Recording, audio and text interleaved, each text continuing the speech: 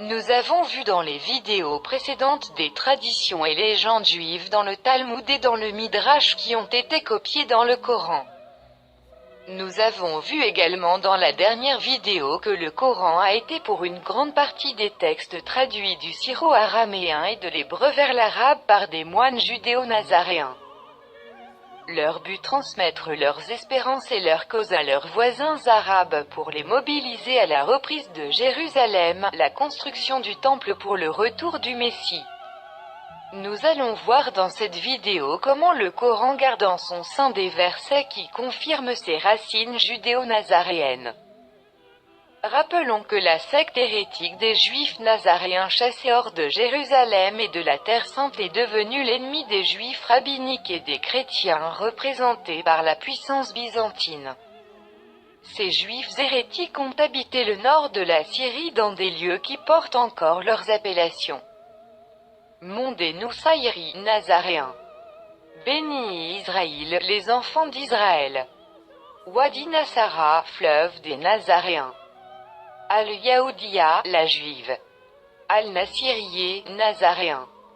Nous trouvons dans la même région du nord de la Syrie des noms se rapportant à la tribu Koresh qui peuplait également cette région. Il s'agit de Khan al-Koreichi, auberge du Koreichite. Nar al-Koreichi, fleuve du Koreichite. Beit Maaka. Abu Kaab. Abu Kubaïs. Le Coran initial rappelle aux Arabes l'histoire des prophètes bibliques ainsi que sa vision messianiste du monde avec Jésus qui serait le salut du monde mais en tant que prophète et non fils de Dieu.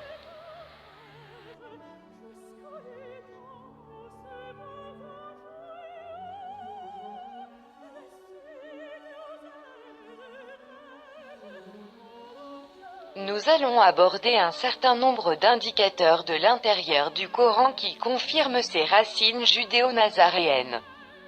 1. Le Coran ignore les tribus arabes auxquelles il est censé être envoyé. Le Coran ne nous donne aucune idée sur les débats de Muhammad avec sa tribu, ni de leurs coutumes, ni de leur mode de vie, ni de leurs idoles, dont il n'existe aucune trace à la Mecque. 2. Contrairement à Abraham, à Moïse et à Jésus, le Coran ignore Muhammad. Il ne parle ni de sa mère, ni de son père, ni de ses femmes, ni de ses enfants, ni de son enfance, ni de son métier, ni de son alimentation, ni de ses vêtements, ni comment il reçoit ses révélations, ni où il les reçoit, ni quand il les reçoit.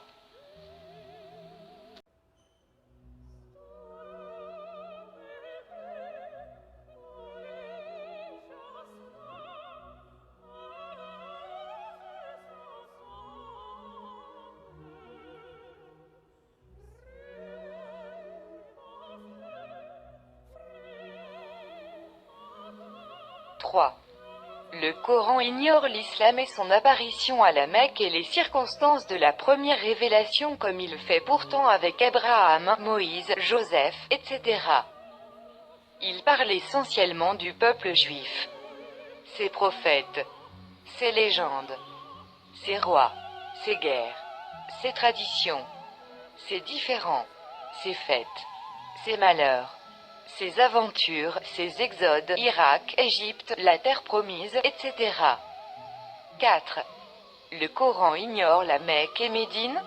Il ne parle ni de la vie dans le désert, ni de leur type d'habitation, ni de leur climat et sa chaleur accablante, ni de leur situation géographique. 5. Le Coran s'adresse à un peuple qui vit dans une région qui connaît l'agriculture, les oliviers, les figuiers, les rivières et les cours d'eau, la mer, la pêche, les barques, les poissons. 6. Moïse est le héros du Coran.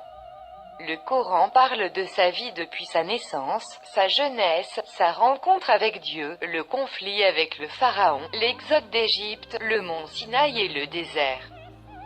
Moïse est mentionné dans le Coran par son nom 136 fois. Muhammad est mentionné seulement 4 fois par son nom. Il faut remarquer que Muhammad a été nommé 4 fois dans des versets qui n'ont aucune relation avec le contexte du chapitre, c'est-à-dire les sourates. 7. Les prophètes et personnages bibliques sont mentionnés par leur nom des dizaines de fois, la plupart plus que Muhammad. Abraham 62 fois. Noé 43 fois. Marie 34 fois. Joseph 27 fois. Lot 27 fois. Jésus 25 fois. Aaron 19 fois. Adam 18 fois. David 15 fois. Isaac 17 fois. Jacob 16 fois. Sullivan 16 fois. Ismaël 11 fois. Jonas 6 fois. Jean le Baptiste 5 fois. Job 4 fois. 8. La mobilisation des tribus arabes de Syrie par les judéo-nazaréens au moyen des textes propagandistes religieux traduits et remis à des prédicateurs dont le plus connu est Muhammad. Ces textes ou lectionnaires religieux vont être rassemblés plus tard par les califes pour donner le Coran. Dans le Coran, les plus longues sourates ou chapitres sont toutes judéo-nazaréennes et racontent l'histoire de Moïse avec son peuple ainsi que la vie des autres prophètes bibliques. Par contre, les sourates courtes sont des textes liturgiques chrétiens. Le souci des Juifs nazaréens et du Coran initial était aussi d'expliquer à leurs alliés les tribus arabes voisines comment ils ont été expulsés par leurs ennemis. Leurs ennemis dans le Coran sont leurs coreligionnaires les Juifs rabbiniques restés à Jérusalem, mais aussi par les chrétiens byzantins qu'ils appellent les associateurs. À l'époque de l'écriture du Coran judéo-nazaréen, l'idolâtrie avait disparu du Moyen-Orient.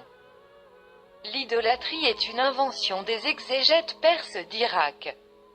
Le Moyen-Orient et l'Arabie connaissaient déjà le judaïsme depuis 1700 ans et le christianisme depuis 7 siècles.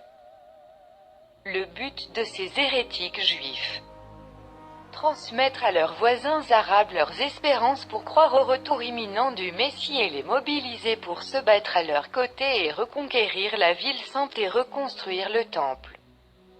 La sourate de Al-Baqarah. La vache. Verset 85 en est un témoignage de leur expulsion.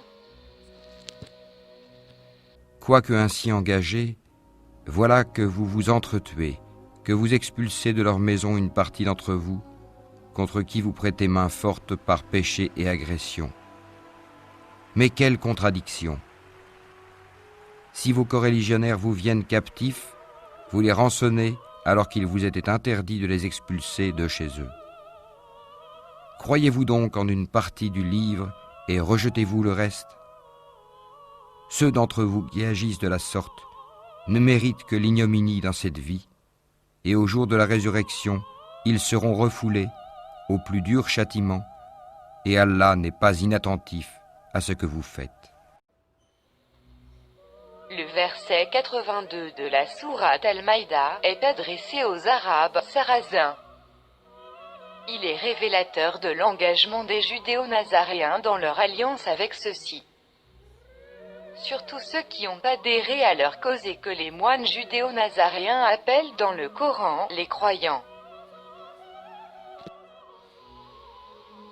Tu trouveras certainement que les juifs et les associateurs chrétiens sont les ennemis les plus acharnés des croyants.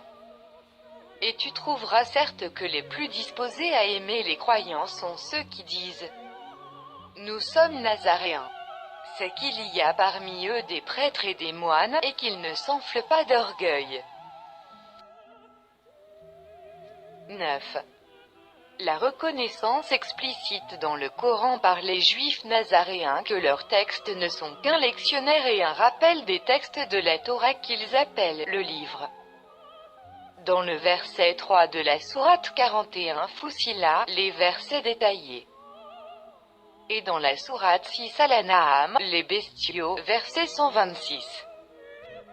Un livre dont les versets sont détaillés et clairement exposés, un Coran, lecture arabe pour des gens qui savent. Telle est la voix de ton Seigneur dans toute sa rectitude. Nous avons effectivement bien détaillé les signes ou versets à des gens qui se rappellent. Le livre dans le Coran et la Torah. La preuve est dans le verset 53 de la sourate de Al-Baqarah. La vache. Et rappelez-vous, lorsque nous avons donné à Moïse le livre et le discernement, afin que vous soyez guidés.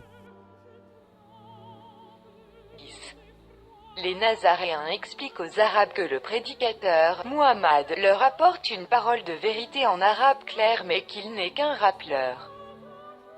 À Mohammed, ne nous lui avons pas enseigné la poésie? Cela ne lui convient pas non plus. Ceci n'est qu'un rappel et une lecture, Coran, clair. Eh bien, rappel, tu n'es qu'un rappeleur, et tu n'es pas un dominateur sur eux. Et rappelle, car le rappel profite aux croyants. 11.